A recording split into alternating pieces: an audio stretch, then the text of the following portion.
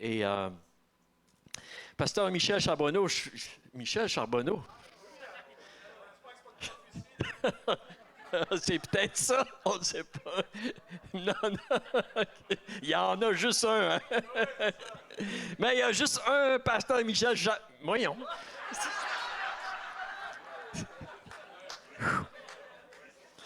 Bisaillon. OK, Bisaillon, c'est ça. Amen, ça fait plusieurs fois qu'il prêche au Casque-Cuminac, on est toujours bénis. Puis moi, quand je pense au pasteur Michel Bisaillon, j'ai l'image, ça me donne l'image vraiment d'un homme de Dieu, solide, quelqu'un qui est transparent, qui est vrai, qui est honnête, qui a le peuple de Dieu à cœur. Quelqu'un qui est d'accord avec moi? C'est vraiment ça qu'on peut ressentir. Et aussi, lorsque on parle avec le pasteur Michel, il nous écoute. Il est attentif à qui nous sommes, qui que ce soit. Quelqu'un est d'accord avec moi? C'est tellement vrai. Puis des fois, tu y écris, puis tu n'as presque pas le temps d'y écrire le email qui a déjà répondu. Ça va vite. Mais tu es attentionné, puis on est vraiment bénis. On prie que Dieu continue de se servir de toi. Puis viens, notre frère, bien-aimé, partager la bonne parole de Dieu. Dionys ton frère.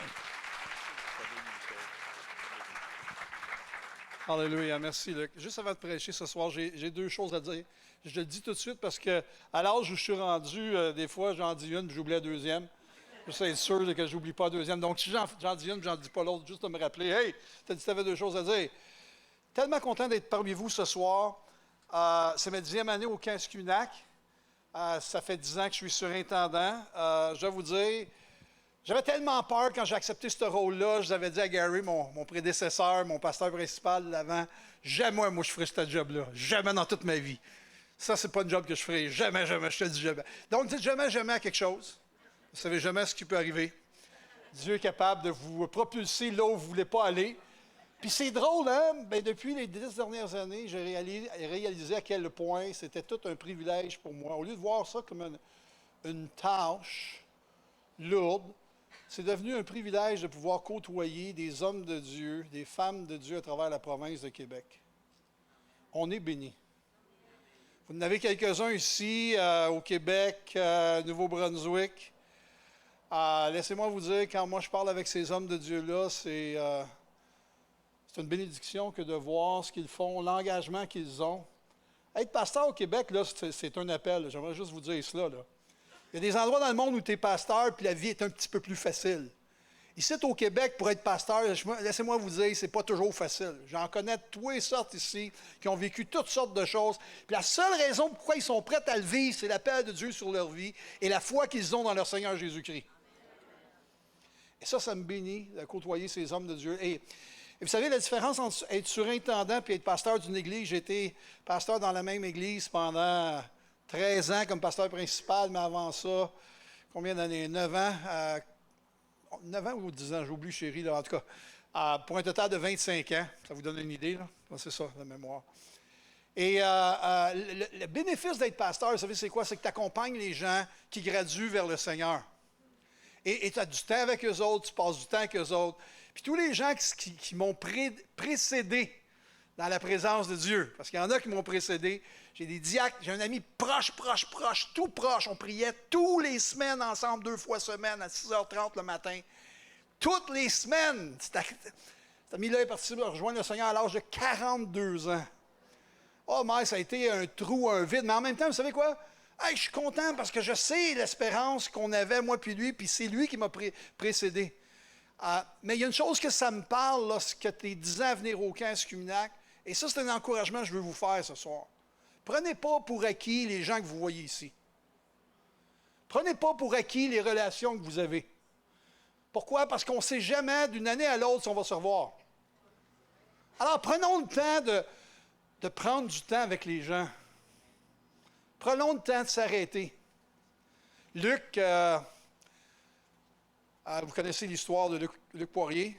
Luc Poirier, dernière rencontre. Luc Poirier siège sur le conseil de régie de l'IBQ, l'Institut biblique du Québec. Et au mois de septembre, on avait une rencontre l'année passée. Puis quelques semaines après, alors qu'on était, je me souviendrai toujours, j'étais dans ma chambre d'hôtel là, quand je l'ai su. J'étais à Madrid, puis je m'en allais vers l'Égypte. Quand j'ai su que Luc avait un anévrisme, c'est-tu le bon? ACV. Tu vois comment je suis bon en médecine? Un ACV. Moi et Kevin, quand on a eu la nouvelle, on était renversés. Le premier soir qu'on l'a entendu, les chances qu'il récupère totalement étaient quasiment nulles, vrai ou faux, et avec des séquelles graves. Et là, vous savez quoi? Moi, je l'avais vu une couple de semaines avant, puis je m'étais dit, man, j'ai vu Luc, et je suis sûr que Luc n'a pas pensé là, mais j'ai vu Luc, la seule chose que j'ai faite quand je l'ai vu, parce que moi, je suis président du conseil de régie. Fait que j'ai tout à faire. Tu sais, il faut que je planifie les affaires, la rencontre, etc., les points à l'IBQ.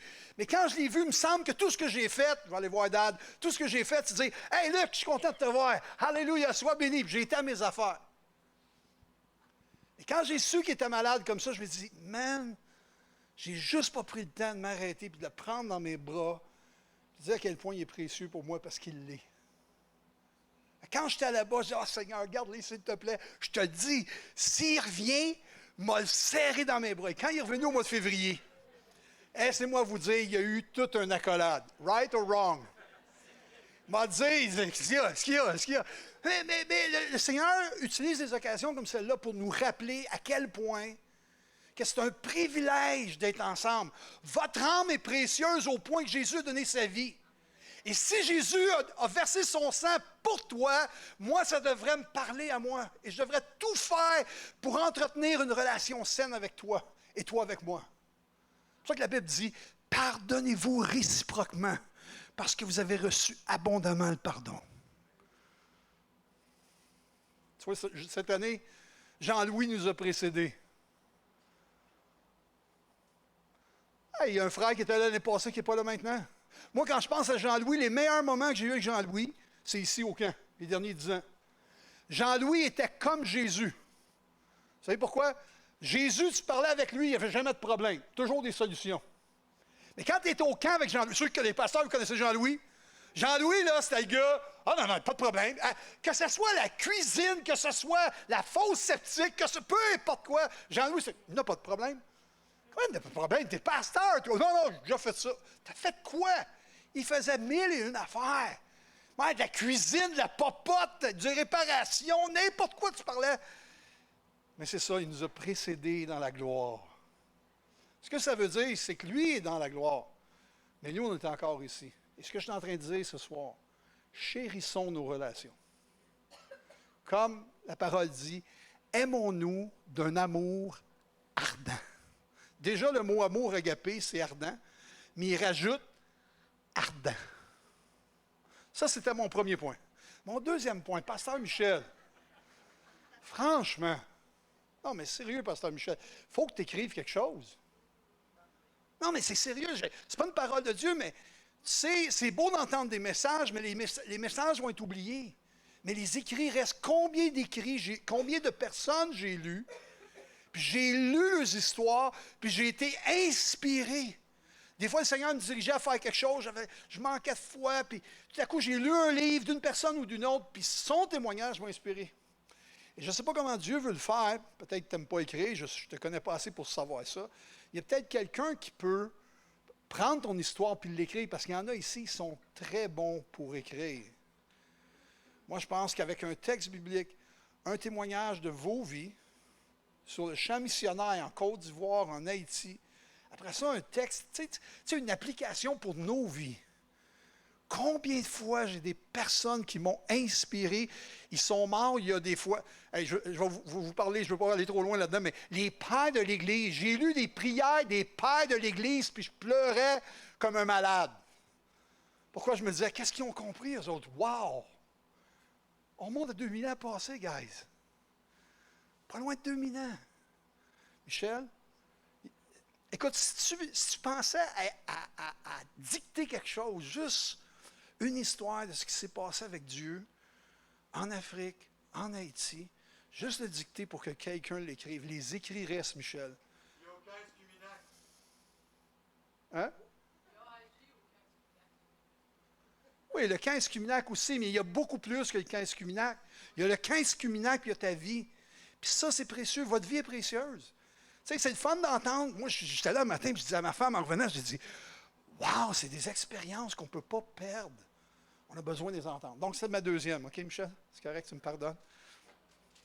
Alléluia. Bon, un jour, je vais prêcher. Ils m'ont forcé à avoir un thème. Moi, je suis un gars que j'aime pas d'habitude d'avoir des thèmes, mais là, ils m'ont forcé à avoir un thème. Et il faut que je clique, c'est ça? Et c'est ça, renouveler pour ressembler. Là, il y a toutes les femmes. J'entends les femmes. Hein? Il y a les femmes qui font « Oh, wow! » Et les gars font comme « C'est quoi ça? » Et j'ai choisi intentionnellement la photo pour les dames, OK? Pour que les femmes fassent « Oh! » Comment? Oh! Exactement. C'est pour ça que j'ai choisi... OK, il y a un autre gars. OK, on est deux. Hey! Ah, moi aussi, je suis aux oiseaux. On est aux oiseaux tous les deux. Ma femme, elle me trouve fatiguant quand j'arrête sur le bord de l'autoroute ou à Ville-la-Salle. À un moment donné, je suis arrêté sur le bord de la piste cyclable. Je dis « Hey, check le Faucon Pèlerin! » Comment tu fais pour voir ça? Laisse faire, on débarque. Là, on débarque de l'auto. Arrête, comment tu fais pour voir ça? J'aime les oiseaux, ça paraît. Mais le thème du camp, c'est renouveler. Et ce que j'aimerais faire avec vous ce soir, je m'excuse déjà pour le monsieur qui prend la photo, la caméra. Si vous réussissez à me suivre, l'ennemi a essayé de m'empêcher de marcher hier. J'avais une canne avant hier. Je n'étais pas capable de mettre le poids sur une jambe. Mais je vous dis, quand je prêche, vous ne pourrez pas me suivre. Je vous le dis tout de suite, là. Mais essayez. Si ça marche, ça marche. Si ça ne marche pas, ce n'est pas grave. OK? Super. OK. Donc, renouveler pour ressembler. Il y a un objectif au renouvellement. Est-ce que vous saviez ça? Il y a un objectif important pour être renouvelé. On ne se renouvelle pas juste pour être béni, là. On se renouvelle parce que Jésus-Christ, sa personne est agissante en chacun de nous. Chacun de nous, on a une part, une portion de qui il est, Dieu. Et il veut se manifester au travers de nos vies. Donc, le mandat et le but, c'est de lui ressembler. Renouveler pour rassembler. Et là, et voilà. Et là, on va aller dans un texte qu'on connaît bien. Et j'aimerais juste prendre quelques instants avec vous ce soir pour lire ce texte-là dans Éphésiens chapitre 4, versets 17 à 20. Paul dit, « Voici donc ce que je vous dis, ce que je vous déclare au nom du Seigneur. Vous ne devez plus vivre comme les païens qui suivent leur pensée. » Le mot « pensée » est important ici, OK? Retenez, pensée, ça va? Pensée vide de sens. Mais, vous savez que les « mais » dans la Bible sont importants? Mais, vous, ce n'est pas ainsi que vous avez appris Christ. Verset 21. Puisqu'on vous a fait savoir ce qu'il est et qu'on vous a enseigné dans le cadre de votre union avec lui, ce qui est conforme à la vérité qui est en Jésus-Christ. Donc, l'emphase est sur quoi? Christ, son œuvre dans nos vies. Shawinigan, bienvenue! Ouh! Alléluia! Ça vaut la peine, ça vaut la peine. Ils ont fait un bout de chemin. Ce qui est conforme à la vérité qui est en Jésus. Verset 22. Cela consiste à vous débarrasser de votre ancienne manière de vivre, celle de l'homme que vous étiez autrefois et qui se corrompait en suivant ses désirs trompeurs. Oups, c'est vrai, j'ai la manette, excusez-moi. Ça s'en vient. OK, voilà. Verset 23. Oups. À être renouvelé quant à votre esprit et votre intelligence, et à vous revêtir de l'homme nouveau, créé conformément à la pensée de Dieu pour être juste et saint, conformément à la vérité. Vous et moi, pour la plupart d'entre nous, on a vécu dans ce monde. Moi, j'ai vécu 25 ans dans ce monde. J'ai développé toutes sortes de systèmes, de schèmes de pensée. Le monde m'a développé ça. Ma famille a développé ça. Pourquoi ma famille n'était pas chrétienne? Donc, j'ai des schèmes, des façons de penser que j'ai développées pendant des années. Alléluia! J'ai reçu le Seigneur à l'âge de 24 ans et le Seigneur a commencé à faire du ménage. Mais je vous dis, du ménage, là. Au début, il a arraché des blocs. C'est incroyable. Je viens de loin et merci Seigneur qui est capable de prendre des gens qui viennent de loin puis qui est capable de les transformer. Et le Seigneur commence à transformer ma vie. Je rends grâce à Dieu encore aujourd'hui. Je me présente devant vous aujourd'hui, puis je me dis, Seigneur, je suis le moindre d'entre eux tous. La seule raison pourquoi je suis en train de prêcher à vous ce soir, c'est qu'il y a mis un appel sur ma vie, puis moi, j'obéis à l'appel qu'il y a mis sur ma vie. C'est tout cela. C'est pas à propos de moi. Michel l'a bien stipulé ce matin. C'est pas à propos de nous. Sauf que si Dieu déclare quelque chose sur ta vie, s'il te plaît, laisse faire les objections de l'ennemi ou les objections de ta chair. Mais saisis par la foi la déclaration de Dieu sur ta vie. Ça m'a pris des années à croire que je t'ai appelé au ministère. Des années de temps pour croire. Pour toutes sortes de raisons, parce que vous connaissez mon témoignage, j'avais persécuté l'Église à la Chine, des Gagnons, les frères Gagnons. Moi, pas rentrer là-dedans, c'est une vieille affaire. À être renouvelé quant à votre esprit, à votre intelligence et à vous revêtir de l'homme nouveau, créé conformément à la pensée de Dieu pour être juste et saint, conformément à la vérité. Le problème avec le fait d'être renouvelé, c'est qu'on a plein d'exemples du renouvellement. Je pense que vous savez que la nature nous prouve l'importance du renouvellement, surtout nous autres ici au Québec. Hein, on a l'été, comme maintenant, l'automne vient, l'hiver, quand on est en hiver, je me souviendrai tout le temps, il y a à peu près combien d'années, chérie? 20 ans, 25 ans. Il y a quelqu'un qui est de la Côte d'Ivoire qui s'en vient à Ville-la-Salle. Et puis, on est au mois de novembre. Puis la première neige tombe, il y a à peu près 3 pouces de neige. C'est 2-3 pouces de neige max. Puis pour lui, c'est une tempête. Fait que là, il fait comme, « Wow, l'hiver est arrivé! » Ah, je dis, « Non, ça, c'est pas l'hiver. » Mais il dit quoi? Je dis, « Non, c'est pas l'hiver.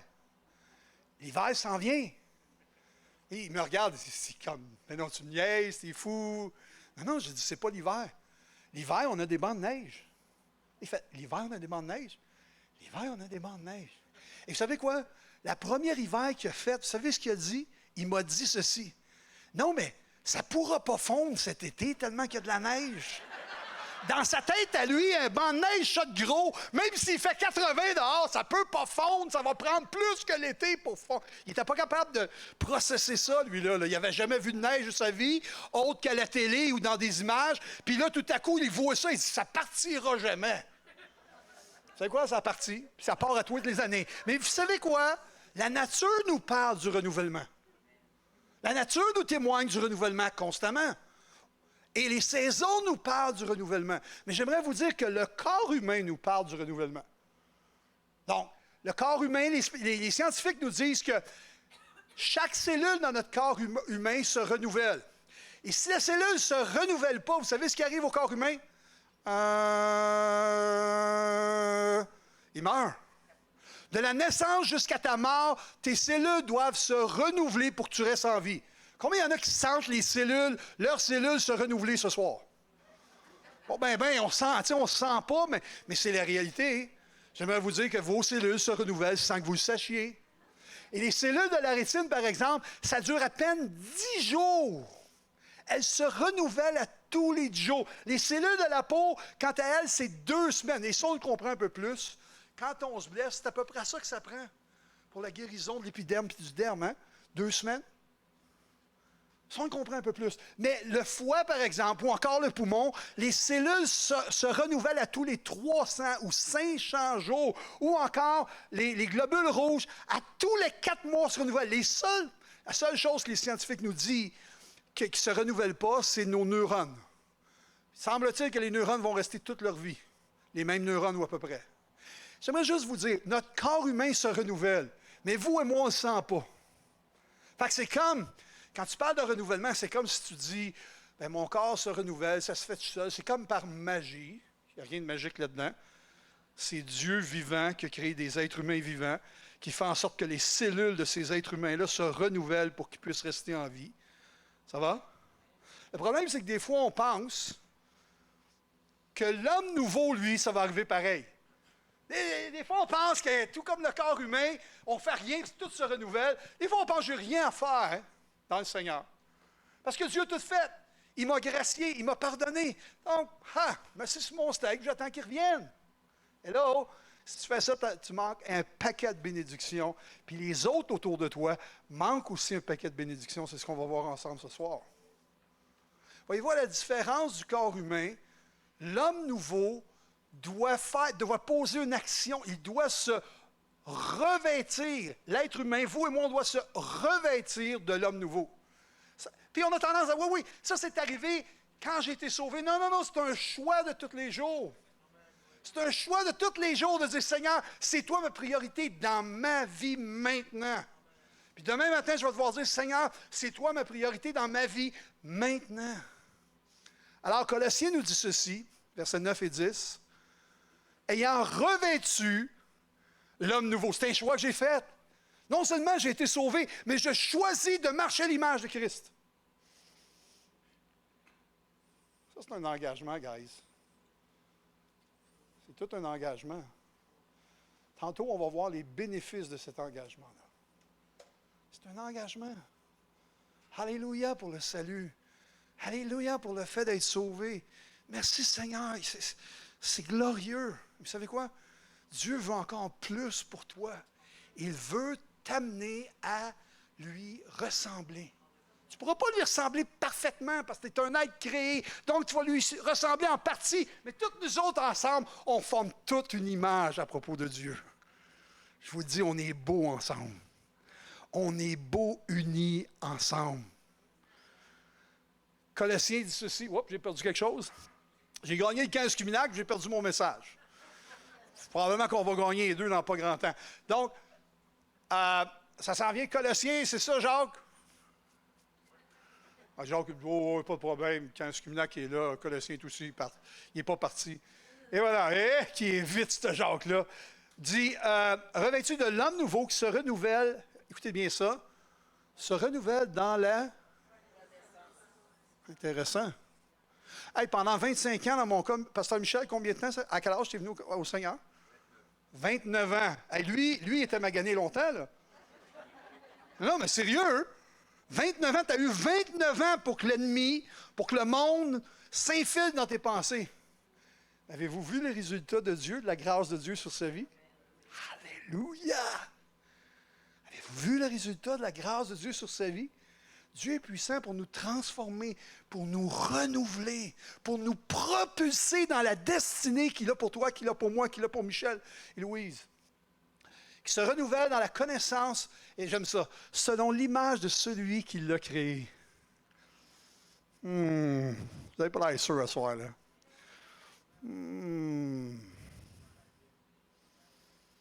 Seigneur, je veux être renouvelé. Je veux être renouvelé chaque jour de ma vie. Je veux laisser ton Saint-Esprit faire son œuvre dans ma vie chaque jour. Donc, l'homme nouveau, à la différence du corps humain, doit faire des choix. Vous avez fait un choix lorsque vous êtes venu à la connaissance du Seigneur Jésus-Christ. Le Saint-Esprit est venu percuter votre cœur, il est venu convaincre votre cœur. En tout cas, moi, ce soir-là, je m'en souviens comme si c'était hier, 1984, 9 septembre. Je m'en souviens comme si c'était hier. J'étais dans mon banc, je tremblais tout le long de la pièce de théâtre. Je shakeais comme une feuille. Puis moi, je suis orgueilleux à l'os, mais orgueilleux à l'os. Je tremblais comme une feuille. Je voyais même pas la pièce. Ma femme, ma blonde était à côté de moi. Qu'est-ce que t'as? Qu'est-ce que t'as? Et quand le prédicateur a fait l'appel en avant, j'ai pas marché jusqu'en avant. Je me foutais des gens en place. J'ai couru jusqu'en avant. Et je broyais ma vie, littéralement. Puis je recevais le Seigneur parce que ça faisait 2 ans que le Saint-Esprit me disait, j'ai quelque chose pour toi, puis tu n'es pas dans mon plan. J'ai un plan pour toi, puis là, tu ne marches pas dedans. Puis là, je commençais à calculer. Ouais, mais marcher dans ton plan, ça veut dire quoi? Ben, tu vas perdre des amis. Oh. Tu vas perdre ta job. Oh. C'est une bonne job, là. J'ai un gros salaire, moi, là. Tu sais, c'est comme... Puis là, je voyais les choses. Pendant 2 ans, j'ai calculé le prix. J'ai calculé le coût de suivre Jésus. Il y en a que ça arrive. Il y en a que votre témoignage, c'est différent. Vous avez reçu le Seigneur parce que vous avez des problèmes de couple, vous avez des problèmes de drogue, des problèmes d'argent, des problèmes de ci, des problèmes de ça. La plupart du temps, on vient au Seigneur parce qu'on a des problèmes. Moi, je ne suis pas venu au Seigneur de la même façon. Je n'avais pas de problème. J'avais des amis en masse parce que j'avais de l'argent. Quand tu as de l'argent, tu as bien des amis. Hein? Vous remarquez ça? Qui sont nombreux, les amis, quand tu as du cash. Puis moi, j'en avais. Fait que j'en avais des chums. Puis je faisais plein de sports. Fait que j'avais des chums au hockey, au baseball, à la crosse. Tout ce que vous voulez, j'avais des chums dans toutes sortes d'affaires. Et j'en avais des amis. Et j'avais du fun avec mes amis. Je savais que ça, c'était pour arrêter si j'étais pour recevoir Jésus. Donc, c'est comme si le Seigneur ne m'a rien caché. Il m'a dit, Michel, si tu veux me suivre, voici ce que tu vas devoir laisser. Pas laisser tes amis, mais laisser. Tout ce que tu as chéri, tout ce que tu as travaillé pour, ce n'est pas dans mon plan. Et ce soir-là, je tremblais comme une feuille, je broyais comme un bébé. Et je pleurais littéralement toute ma vie, là, Seigneur.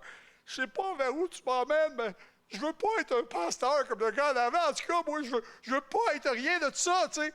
Puis j'ai reçu le Seigneur. Et les semaines qui ont suivi, j'ai compris c'était quoi, parce que moi, j'étais à la salle. Gary Connors, Mario Mascotte, Paul Tétrault, Denis Ganin, j'en manque un autre. Paul, c'est qui? Parce qu'il y avait des évangélistes, des pasteurs, des prophètes, des enseignants, tout le monde était là. Fait que là, je regardais toute la gang. Puis là, il y a des diacres qui venaient me voir et me disaient, tu sais, Dieu a un appel sur ta vie. Là, je faisais comment? Non. Qui est-ce qui a dit ça à lui encore? Là, je ne voulais pas le dire à personne. Puis là, il y a une autre personne de l'Église qui disait, hey, tu sais, le Seigneur a mis un appel sur ta vie. Ah non, non, pas un autre. Là, c'était comme, à 3 semaines, j'allais à l'Église, il y a quelqu'un qui me disait, hey, j'ai quelque chose sur mon cœur. Je sens que le Seigneur a mis un appel sur. Hey, lâchez-moi, je le sais. Maintenant, je le sais, c'est réglé, dites-moi les plus. Puis là, il y avait tout le temps, un invité venait, Seigneur, là, chez moi, c'était comme plus fort. Et là, je regardais Paul Tétrault, était pasteur jeunesse. Et mère, je ne veux pas être une bébite de même, moi. C'était mon pasteur jeunesse, je le regardais, je disais, wouh, c'est pas ça que je veux faire, prêcher comme ça, wow! Puis Paul, il était jeune, fait qu'il prêchait comme moi ce soir.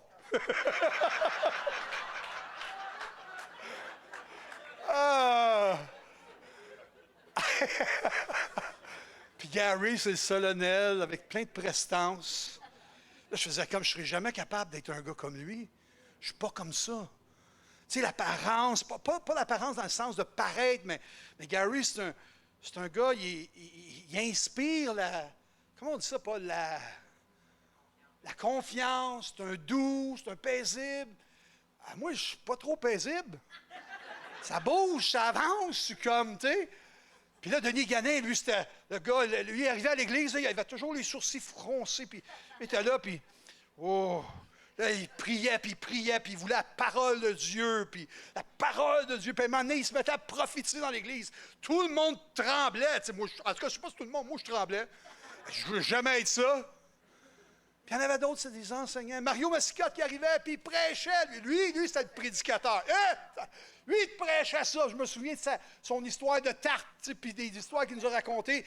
Je me disais, je ne veux pas être un prédicateur, moi. Ce soir-là, j'ai reçu le Seigneur et les semaines qui ont suivi, j'ai dit oui au Seigneur, puis j'ai dit, Seigneur, je te fais confiance. Toute ma vie, j'ai pensé que j'étais plus sage que toi. Mais je crois que tu es mon Créateur, je crois que tu es plus sage que moi, donc je te donne ma vie. Pas juste je veux être sauvé. Je te donne ma vie, fais ce que tu veux avec. Je te dis, je ne veux pas être ça, ça, ça. Mais Seigneur, fais ce que tu veux avec. C'est correct. Inscris-toi au collège biblique. Oh non.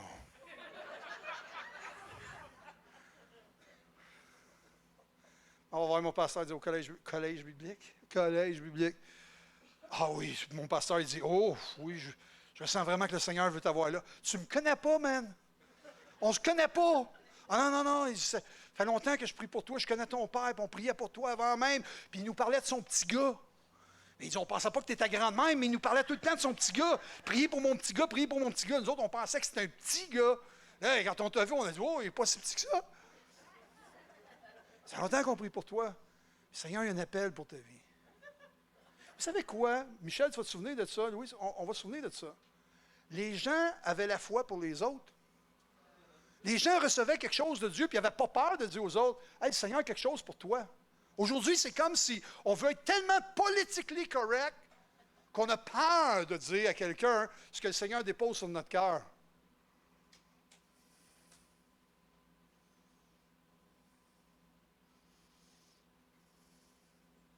Parce que tout à coup, on arrive dans cette nouvelle naissance. Il y a aussi un processus de choix qu'on doit faire.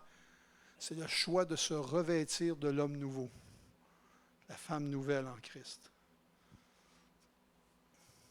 Saviez-vous que vos émotions voyagent 80 000 fois plus vite que votre réflexion? Là, il y en a dans la salle qui dit, « Pasteur, moi, je le sais depuis longtemps. » Soyons honnêtes. Moi, là, Paul il m'appelle son... Comment? Mon fonceur repenti. Connaissez-vous ça, des fonceurs? Les fonceurs, eux autres, ils foncent, après ça, ils posent des questions. Ou ils frappent, après ça, ils disent excuses. Y a-tu comme ça ici? Je vais vous dire, c'était pas facile, ça. Puis, vous savez, le problème avec les fonceurs, c'est qu'ils sont habitués à ce que leurs émotions dictent leur conduite. Fait que là, on est dans ce sérieux problème. Imaginez-vous maintenant quand tu es chrétien, puis il faut que tu te défasses de cela. Il y en a qui sont ici ce soir, et vous vivez en plein là-dedans. Cette semaine, pas plus tard qu'hier, pas plus tard que cette semaine ou le mois passé, vous êtes mis dans une situation problématique parce que vos émotions vous ont dicté quelque chose. Vous n'aviez pas toute l'information, puis vous êtes planté royalement. Vous savez, il y a deux comme surintendant, je réalise, il y a deux façons que je peux me planter. Quand je suis face à une situation où j'entends quelque chose qui fait monter l'émotion, puis je n'ai pas toute l'information, puis l'autre, c'est quand j'ai trop d'informations, puis qu'elles ne sont pas vraies. Quand je, comme surintendant, j'aimerais vous dire, je travaille avec des croyants, et des fois, les croyants, là, quand eux autres sont très émotifs, ils exagèrent ou ils enlèvent une partie de vérité qui les concerne. Oh! C'est ce que je veux dire? Bien là, je vais raconter le problème avec l'autre, mais ce que j'ai fait m'a diminué. C'est toujours drôle d'entendre ça, parce que les mots choisis sont très forts concernant l'autre, mais pas vraiment forts les concernant.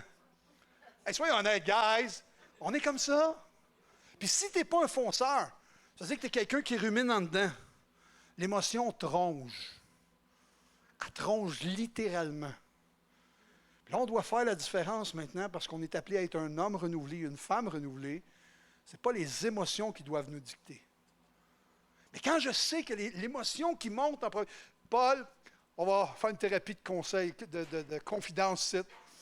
Quand je suis arrivé comme surintendant, Paul me connaît depuis jour 1 que je me suis converti. Je pense qu'il tremblait, Paul, quand il a su que j'étais élu comme surintendant. Je ne suis pas sûr, là, mais je pense qu'il avait peur. Il ne dira pas, il ne l'avouera pas parce qu'il est mon ami. Là. Mais des fois, j'étais avec Paul, puis on était dans un dossier, une situation, puis je faisais comme... Je reçois un courriel, un email ou un téléphone, puis là, je dis à Paul, je l'appelle. Paul, c'est Luc qui disait, Michel, il donne le message tout de suite. Si je donne le message tout de suite, ça va bien, il n'y a aucune émotion. Si je vous donne un message 2 jours après, ça veut dire que ce que vous m'avez écrit, là, ça me dérangeait vraiment gros. Puis Paul, au début, me disait tout le temps, Michel, si je serais toi. T'en souviens, voilà? Si je serais toi. Je passerais la nuit là-dessus, puis peut-être demain.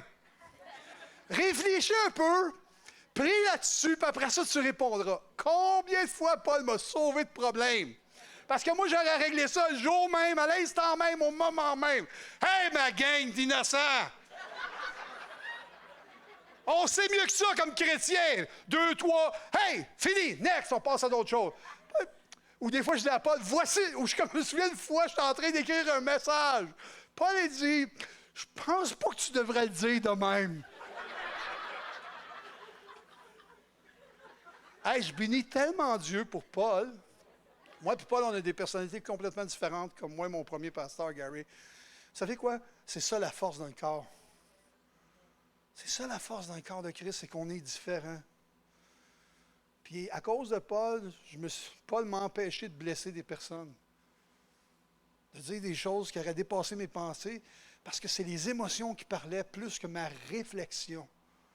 Puis vous savez, le problème, c'est que souvent dans notre siècle présent, et les croyants dans le siècle présent ont perdu la capacité de réfléchir.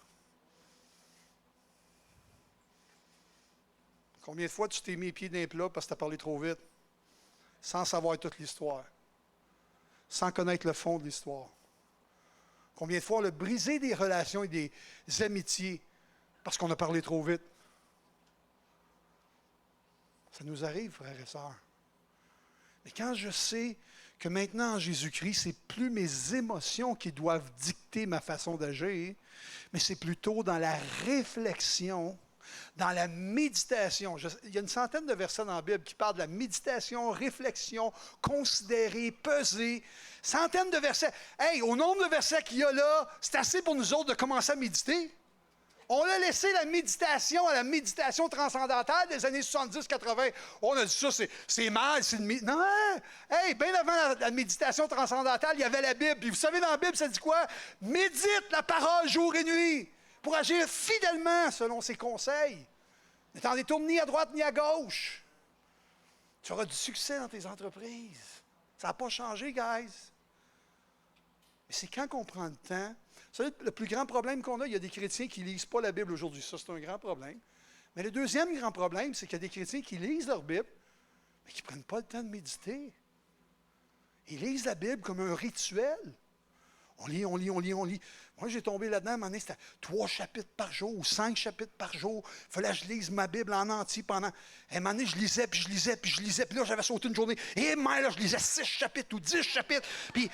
Écoutez, dans ce temps-là, là, j'avais rien retenu. Puis tu sais que ce que Dieu veut de moi, il veut une relation. Alors, des fois, je peux me retrouver à lire la Bible. Ma lecture est décousue. Puis je vous encourage à avoir un plan de lecture, comprenez-moi bien. Là. Je suis très sérieux. Il y a des gens qui ont besoin d'un plan de lecture. Mais moi, aujourd'hui, mon plan de lecture, c'est que je m'assure d'être dans la présence de Dieu et dans la parole de Dieu. Il y a des matins où j'ai lu un verset. Puis si vous auriez vu les choses qui sont sorties de là, par rapport à moi, par rapport à Dieu, par rapport aux autres, c'est une révélation littéralement. Et des fois, j'ai écrit 1 page, 2 pages sur un verset. Pas des prédications, juste des paroles pour mon cœur. Bon, je dois avancer un peu plus. Juste pour être sûr que vous comprenez l'importance de la méditation, frères et sœurs, si vous voulez être renouvelé, vous devez être prêt à méditer. Le cœur du juste médite pour répandre. Merci, Paul. Mais la bouche des méchants répand des méchancetés. Quel mot qui manque dans la deuxième partie? Il manque un mot dans la deuxième partie. Ça dit, la bouche des méchants répand des méchancetés. Pourquoi? Parce qu'il n'a pas médité. Parce qu'il a laissé aller ses émotions. Parce qu'il a laissé aller la première idée qu'il a pensée. Et puis des fois, on est tellement convaincus que nos idées sont meilleures que celles de Dieu.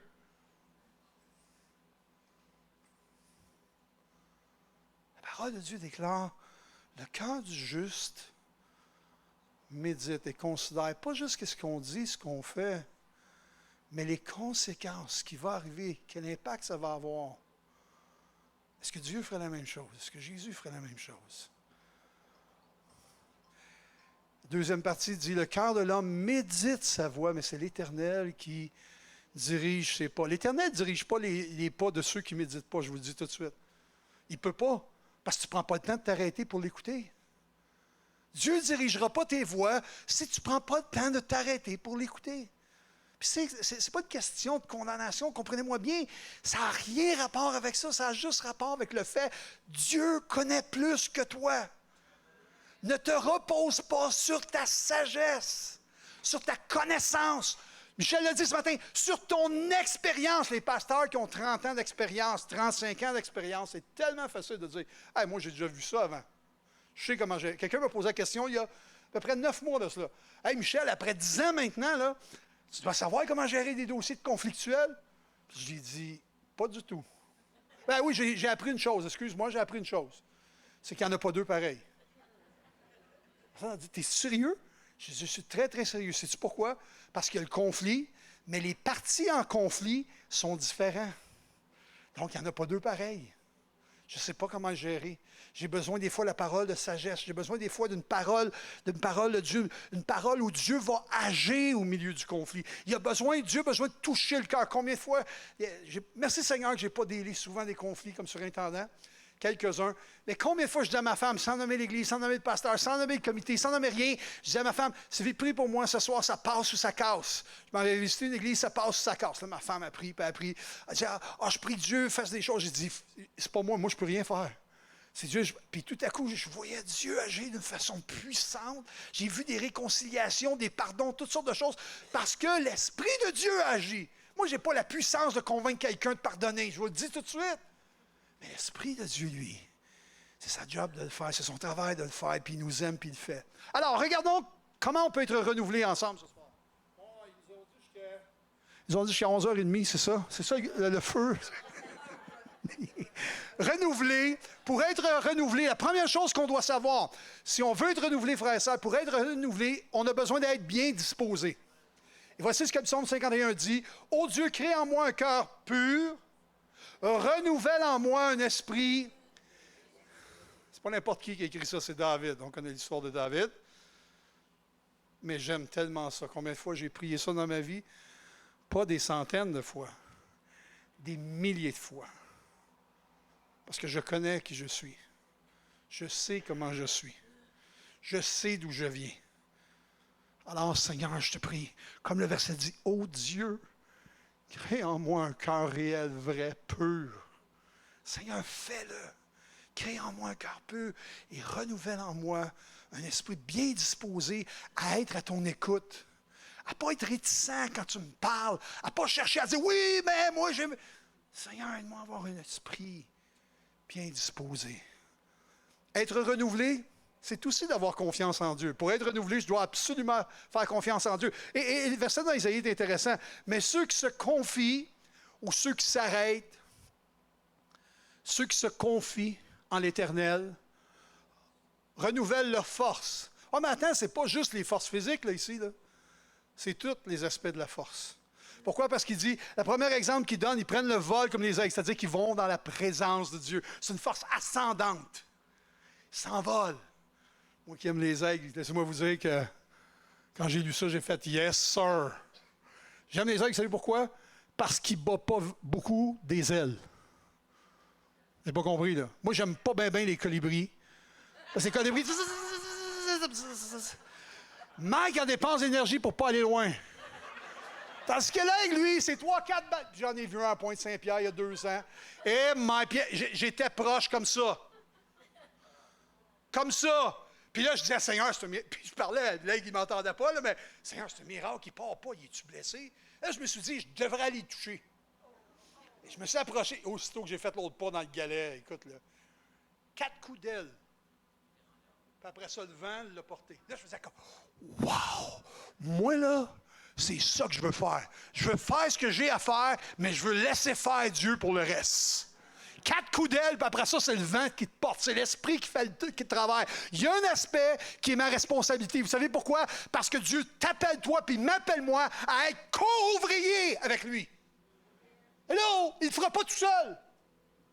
Il nous appelle à être des co-ouvriers avec lui dans son œuvre. Pourquoi? Parce qu'il nous aime, puis il veut partager avec nous ces bénédictions-là. Alors, des fois, il faut que tu te lèves parce que tu as reçu une parole de Dieu pour aller voir quelqu'un, pour encourager la personne, pour donner une parole de vie à quelqu'un. Il faut que tu te lèves, il faut que tu sortes de ton banc, il faut que tu mettes de côté la gêne, la peur, tout ce que tu as. Combien il y en a qui sont gênés et ont peur ici? Fais pas les bras, c'est parce que tous ceux qui ont peur ne lèveront pas les bras. Ouais.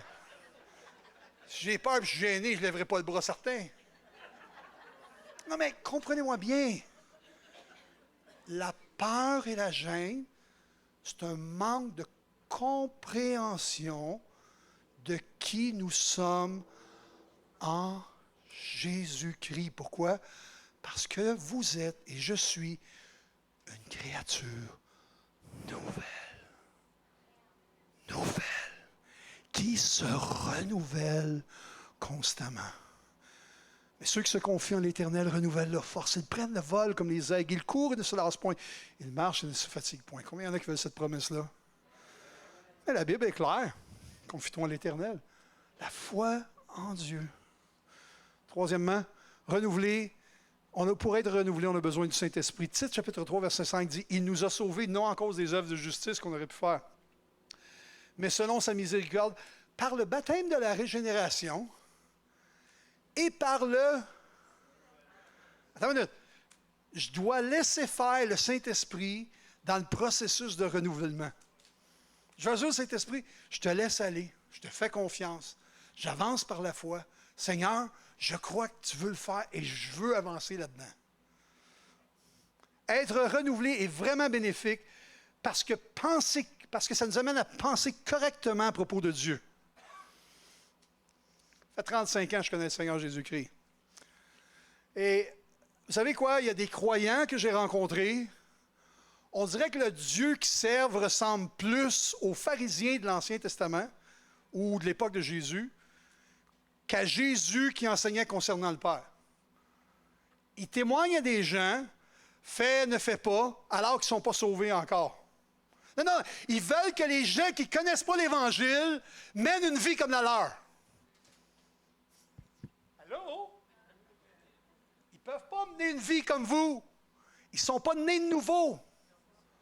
Mais il y a des chrétiens qui pensent que ce qu'il faut qu'ils fassent, c'est que l'autre conforme leur vie à la leur. Parle comme moi, vis comme moi, fais comme moi.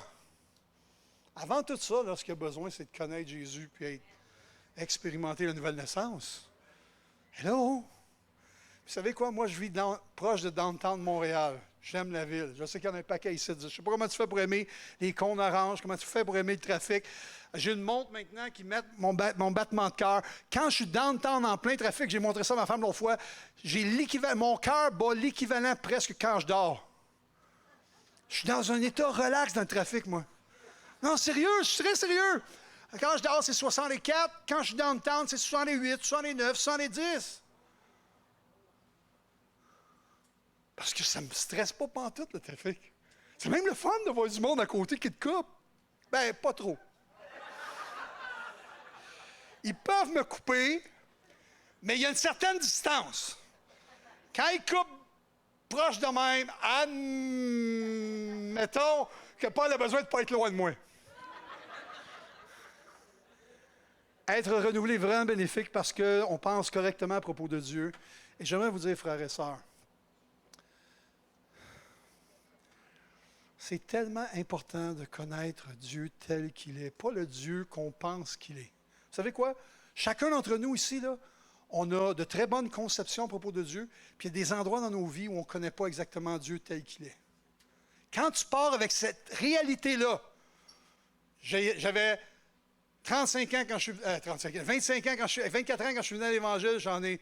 Quand je suis rendu, chérie, 59. Oh, je suis pas drôle, les vieux. Mais vous savez quoi? Durant toutes ces années-là, j'ai découvert à tous les ans quelque chose de différent à propos de Dieu. Et ma conception de Dieu va devenir parfaite ou compréhensible quand je vais le voir face à face. D'ici ce temps-là, il va toujours avoir des zones où je n'aurai pas compris pleinement et totalement.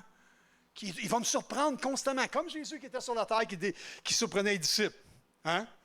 Des fois, les disciples pensaient l'avoir compris. Jean, par exemple, disait moi, j'ai compris Jésus, j'ai compris comment il prêche, j'ai compris qui il est. Puis là, ils ont visité un village de Samaritains, puis Jean, que le feu du ciel descende pour raser ce village-là. Là, il dit, fait quoi? Il était sûr qu'il avait compris Dieu, lui, là. Oh, ils ne veulent pas nous recevoir. Ils ne veulent pas recevoir Jésus. Que le feu descende sur eux autres. Là, j'imagine Jésus qui les regarde. Quoi? Qu'est-ce que t'as manqué dans ce que j'ai dit? Qu'est-ce que t'as raté dans ce que je t'ai témoigné à propos du Père? C'est où que t'as pas compris? Tu veux brûler? Tu veux tuer ce monde-là? Vous comprenez ce que je veux dire? Eux autres avec, il y avait des bouts qu'ils n'avaient pas compris à propos de Jésus. Comme nous, il y a des endroits dans notre vie où on va constamment grand. Pourquoi? Parce que Dieu est parfait et infini. Puis nous, on est des êtres limités. Quand on part avec cette notion-là, qu'on ne connaît pas tout à propos de Dieu, mais que Dieu, dans sa bonté, nous a révélé assez pour savoir qui il est. Moi, la plus grande conviction que j'ai de Dieu, sa nature, sa création, c'est une grosse conviction. Vous savez, c'est quoi la plus grande conviction de l'existence de Dieu?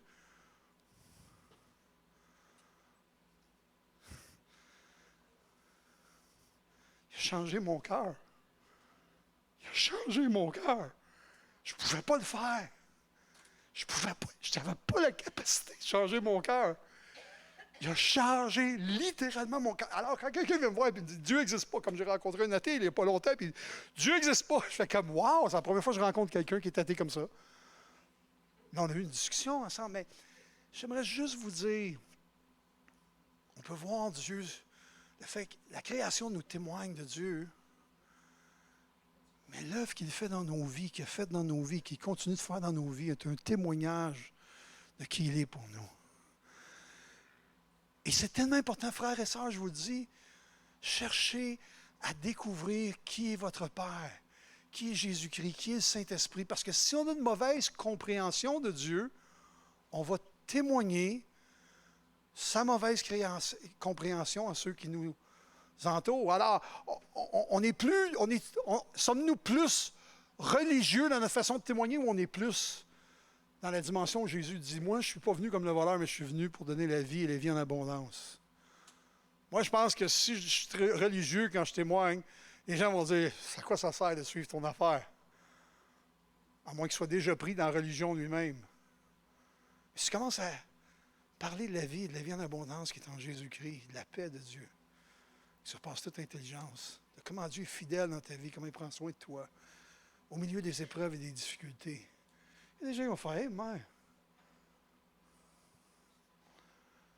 Ésaïe 9,8 dit, ça parle de Jésus, n'est-ce pas? Mais c'est intéressant ce que ça dit.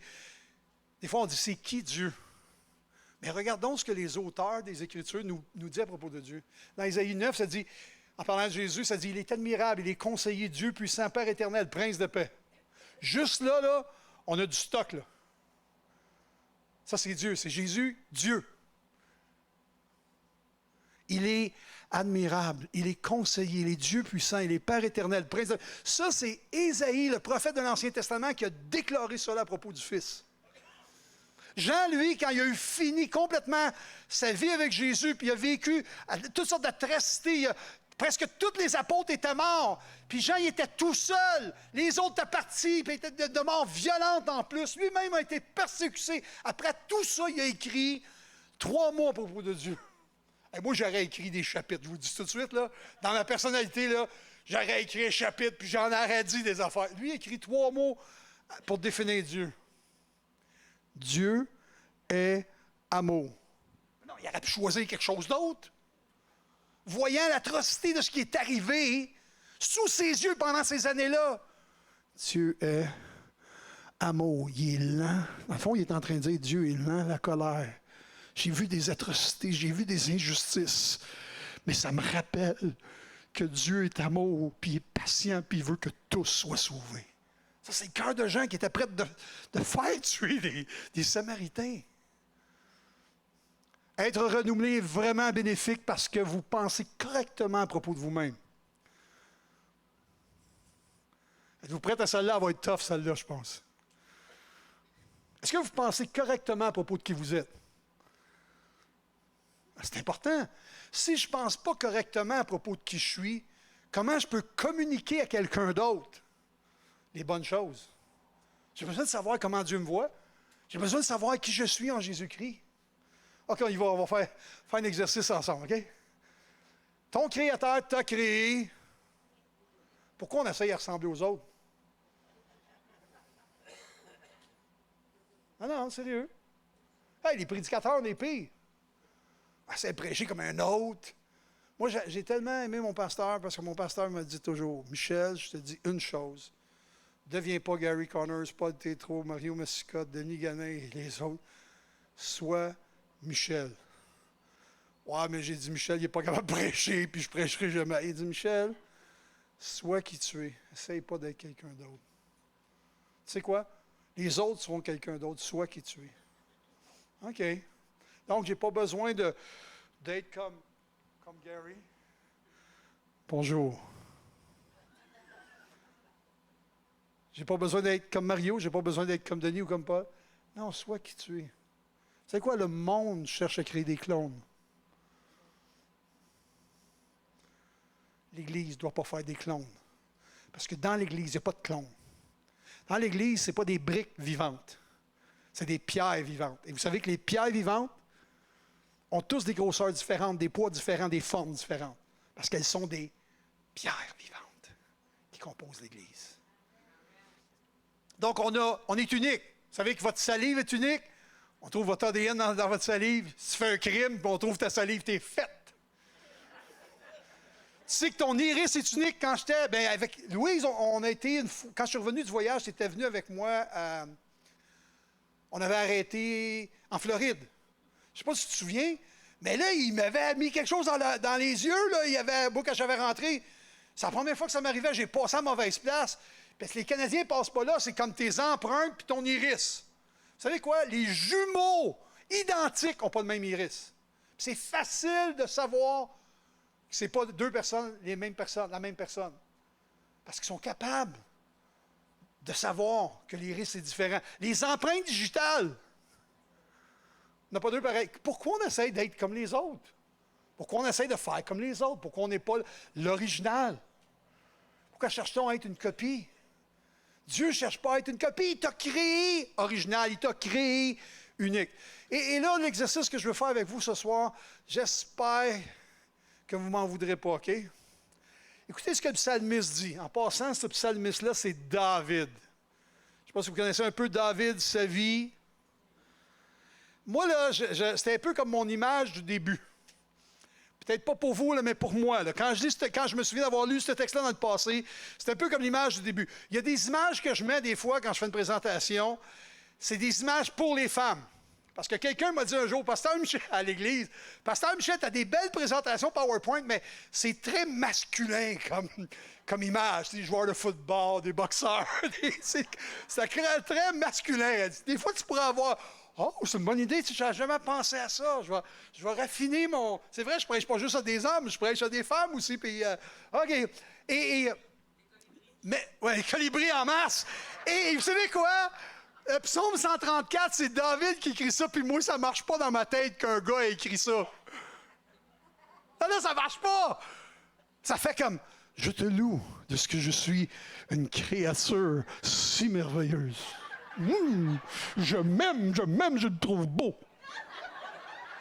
Ah, je sais pas, peut-être que je me trompe, mais je vois pas David qui arrache la tête à Goliath. Tu sais, puis après ça, il écrit un psaume sur le bord de la roche et du fleuve. Puis là, de la rivière, puis là, oh, je te loue. Vous savez quoi? Je suis pas capable d'imaginer parce que ma conception est une conception humaine, non pas dans une relation avec Dieu. C'est la conception macho. Hello? Hey les gars, je vous parle. Les femmes, ils comprennent ça. Ils ont de la misère aussi à l'accepter, eux autres aussi. Mais ils comprennent ça. Mais ils ne croient pas, mais ils comprennent. Nous autres, les gars, on ne veut même pas le savoir. On passe par-dessus ce bout-là des psaumes. Oh, oh. Il y a 3-4 mois, j'étais dans la chambre de bain avec ma femme. Je vais vous raconter quelque chose de très intime. Et puis, elle rentre dans la chambre de bain parce qu'on a une salle de lavage. Puis je dis, puis là, je viens de prendre ma douche. Puis je dis à ma femme, et que c'est de l'entretien, un beau corps de même.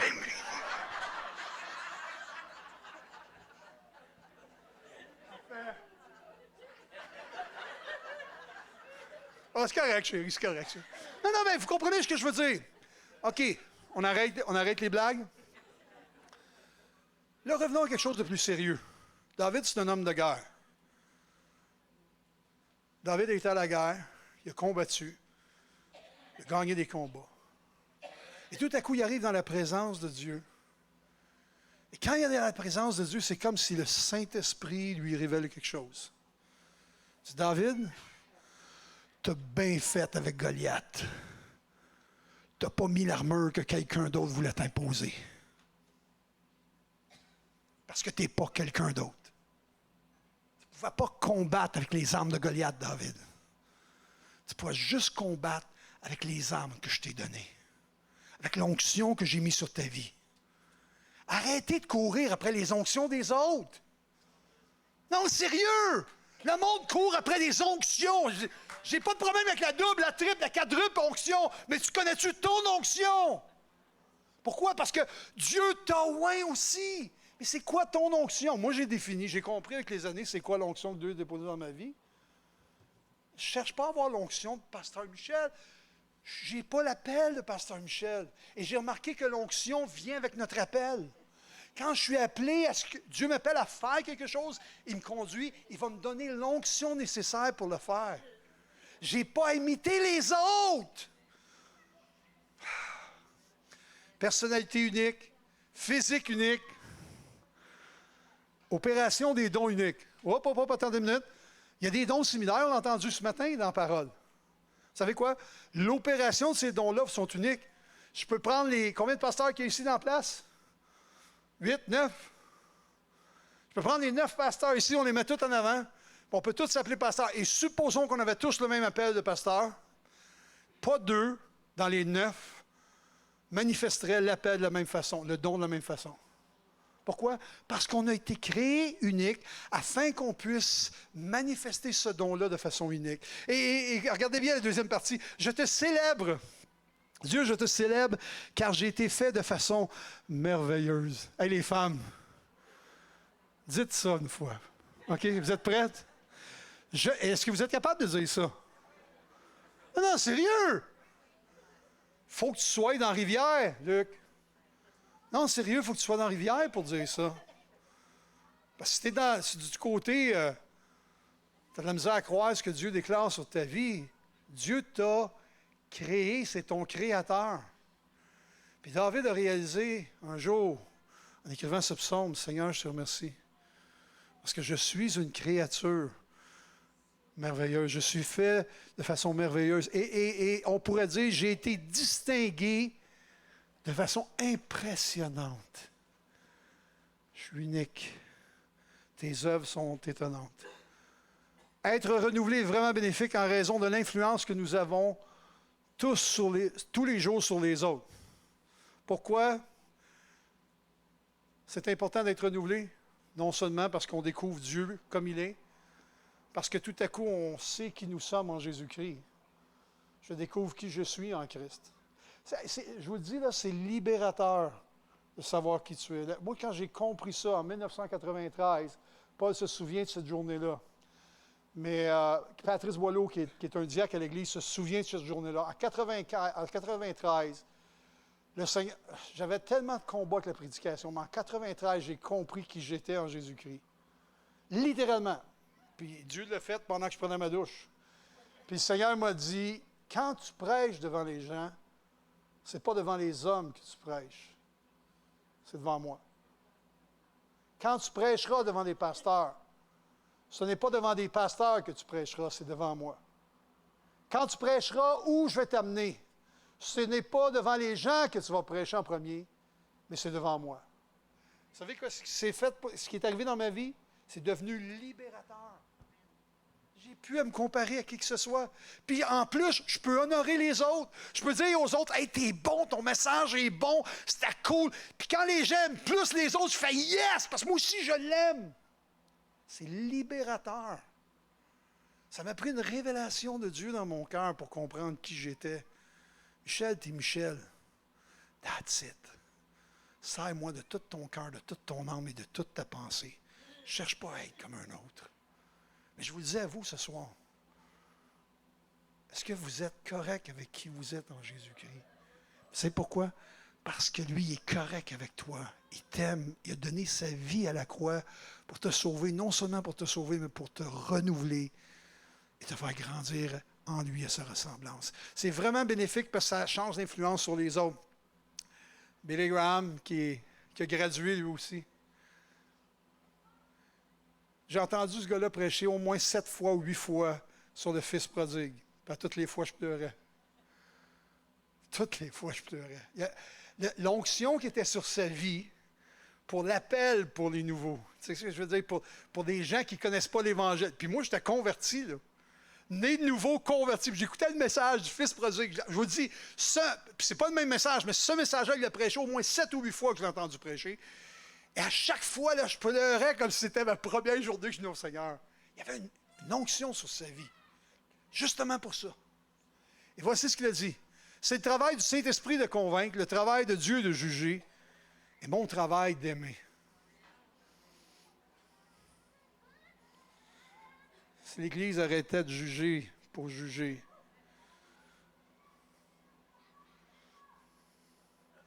voici ce que la parole de Dieu dit en 1 Pierre chapitre 2, verset 9. Je termine avec ça. Vous êtes une race élue, un sacerdoce royal, une nation sainte, un peuple acquis. Ça, c'est qui écrit ça? Pierre. Vous vous souvenez de ce qu'a fait Pierre? Il a laissé le Seigneur. Il l'a renié. Il a dit au Seigneur, regarde, je ne connais pas ce gars-là. Une fois, deux fois, trois fois. Jésus ne l'a pas laissé pour autant. La sœur a dit tantôt, Guylaine a dit, tu ne me laisses pas une deuxième chance. Ah, Pierre a eu plus que 2 chances. Vous avez eu plus que 2 chances. J'ai eu plus que 2 chances. Et vous savez pourquoi? Parce que Dieu veut qu'on témoigne aux gens de qui il est. Comment on témoigne de Jésus aux gens? Bien, je témoigne de ce que j'ai expérimenté de Dieu. Puis moi, c'est ce que ça dit dans le livre des Actes des Apôtres. Hein?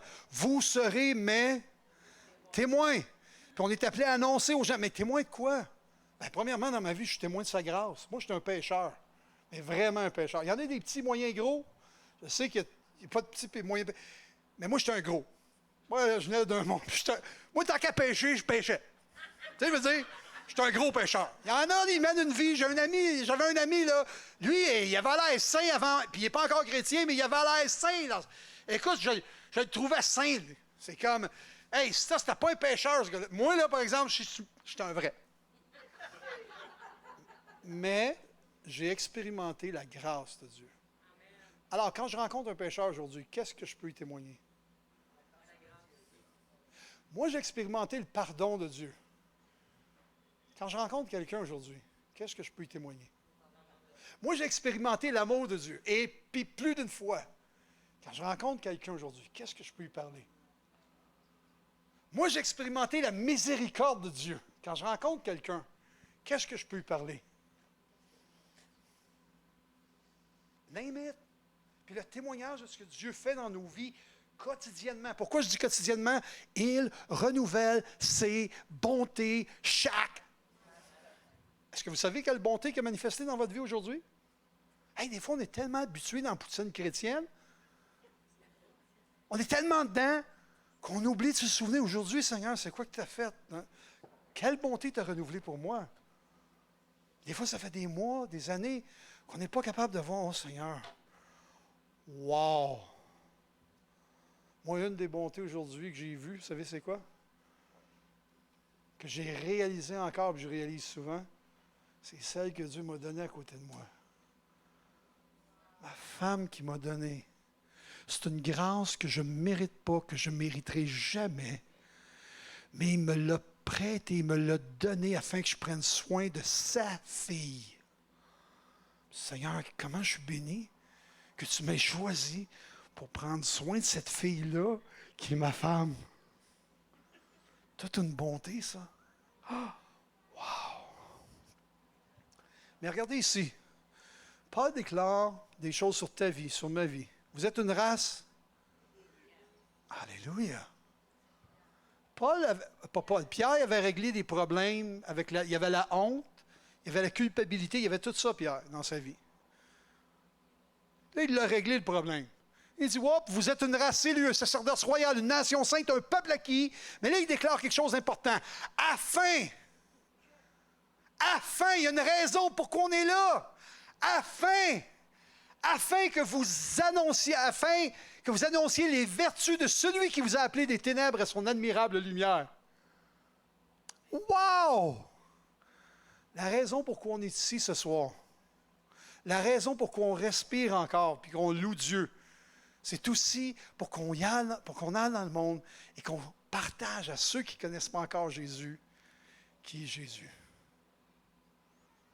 Comment on le fait? Partagez ce que Dieu a fait dans votre vie. Qu'est-ce qu'il a fait de bon pour vous, Dieu? Qu'est-ce qu'il a fait de bon dans ta vie? Enterre-les pas. Communique-le. Est-ce qu'on peut se lever ensemble? J'inviterai les musiciens de s'approcher.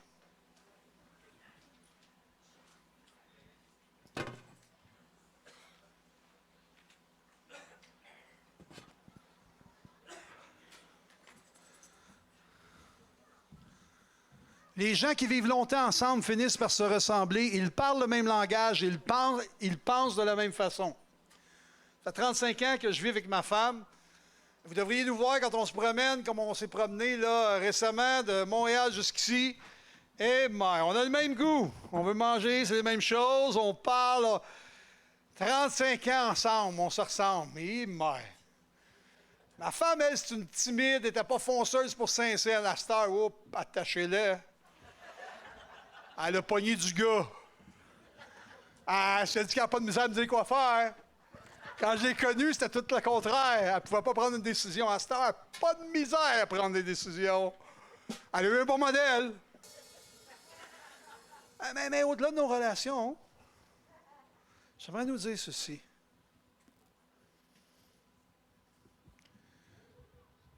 Jésus nous aime tellement qu'il veut qu'on comprenne ce qui le passionne, lui. Tu sais, c'est quoi qui le passionne, Jésus? Toi. On prend une pause, là, s'il vous plaît. Dieu est passionné à propos de toi. D'une passion que tu ne peux même pas imaginer. On a à peine à croire la passion qu'il a pour nous. Pourquoi je dis ça? Parce que lorsque tu étais dans la boue de ton péché, comme moi j'étais dans la boue de mon péché, Christ est mort pour moi. Je n'avais rien fait d'agréable, mais il est mort pour moi. Ça, c'est la passion qui nous témoigne, qui nous dit, je suis passionné à propos de toi. Mais tu sais quoi? Je veux t'animer de la même passion qui m'anime. Je veux que tu viennes aussi passionné pour ceux qui sont perdus. Je veux que tu sois passionné pour ceux qui périssent. Le péché est un grave problème, frères et sœurs. Il y a deux façons de régler ce problème-là avec le péché. Soit que les gens passent au travers le sacrifice de Jésus-Christ, ou soit qu'ils se présentent seuls devant Dieu. Dans les deux cas, nous, comme croyants, on connaît leur issue. Vous savez quoi? Pour bien des gens qui nous côtoient, ça ne nous fait même pas verser une larme. Puis on sait pourtant qu'ils sont dans la deuxième catégorie.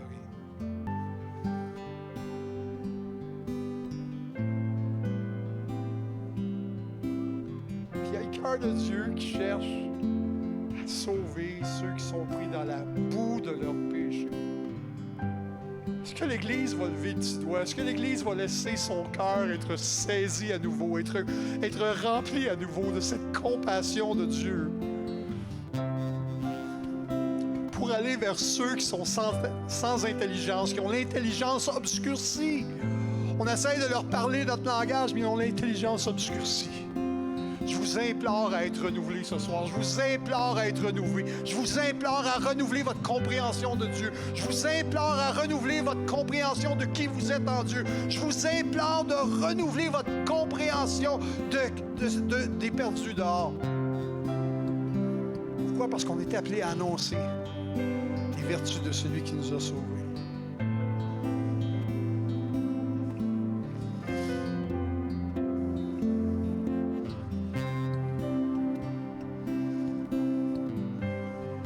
En marchant avec Dieu, nous prenons ses pensées, ses valeurs, ses attitudes.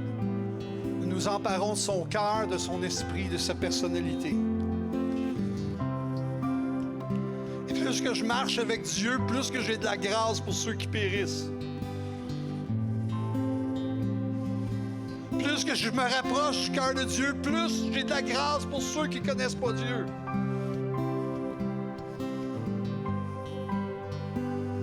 Parce que Dieu veut sauver ceux qui ne sont pas encore sauvés. Il veut les racheter, il veut les rapprocher proches de son cœur. Parce que Jésus a tout donné pour eux. Alors, si tu es ici ce soir, tu as besoin d'être renouvelé dans ton intelligence à propos de qui est Dieu. Réfléchis, médite, pense, considère, pèse. Laisse Dieu se révéler à toi pour comprendre encore plus qui il est. Si tu es ici ce soir, puis tu n'es pas capable de dire « Je suis une créature merveilleuse », je loue Dieu pour cela. Je rends grâce à Dieu pour qui je suis, parce que mes yeux ne sont pas fixés sur moi, mais ils sont fixés sur le Créateur qui m'a créé. La louange est envers lui, non pas envers moi. Non pas envers mes dons, mes capacités, mais la louange est envers lui. Si tu n'es pas capable d'apprécier qui tu es, comment tu peux apprécier les autres autour de toi? Si tu as perdu de vue ceux qui sont autour de toi, qui sont dans l'obscurité, perdu ta passion pour eux, Pèse, considère, réfléchis, arrête-toi, s'il te plaît. C'est trop important pour qu'on ne considère pas ces choses.